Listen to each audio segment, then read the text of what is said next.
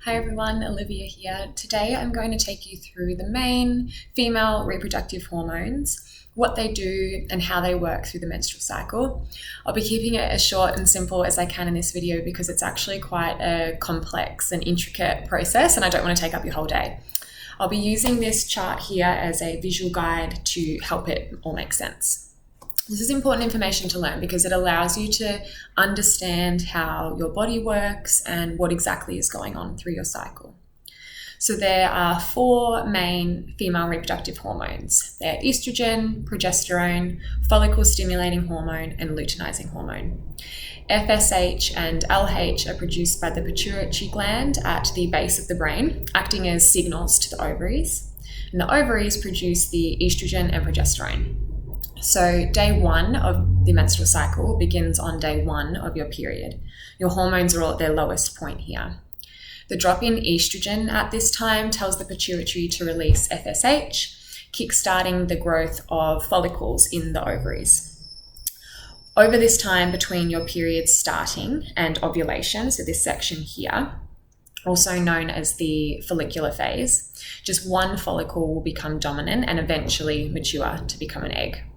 As the follicles are developing, they produce more and more estrogen, which stimulates the growth of the uterine lining once again.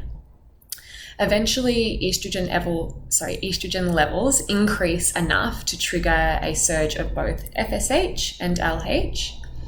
This surge triggers ovulation, the process where the egg is released from the ovary. Once you ovulate, FSH drops rapidly and LH begins a slow decline.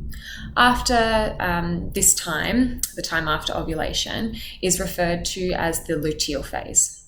During this time, the remnant of the follicle the egg came from starts to break down, and with the help of LH, it produces our fourth hormone, progesterone.